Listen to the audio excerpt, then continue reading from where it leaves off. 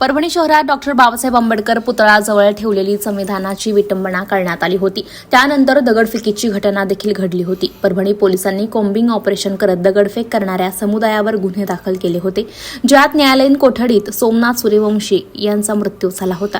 त्यानंतर त्याची अंत्यविधी झाल्यानंतर लोकनेते विजय वाकोडे यांचं सुद्धा निधन झालं. आंबेडकरवादी समुदायाने मागील 29 दिवसापासून धरणे आंदोलन सुरू केलं होतं. प्रमुख मागण्यांमध्ये आरोपीवर गुन्हे दाखल करून कठोर कारवाई झाली पाहिजे अशी होती.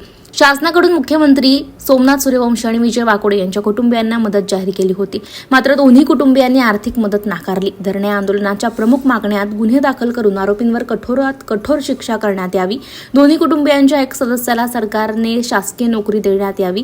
मागील 29 दिवसांपासून सुरू असलेल्या धरणे आंदोलनाच्या माध्यमातून या मागण्या केल्या होत्या, मात्र सरकारने अजूनही याला प्रतिसाद दिला नाहीये. त्यामुळे परभणी ते मुंबई मंत्रालय पायी लॉंग मार्चचा प्रवास आता परभणीतून आंबेडकरवादी समुदायाने न्याय मिळवण्यासाठी सुरू केल्याचं चित्र पाहायला मिळालंय.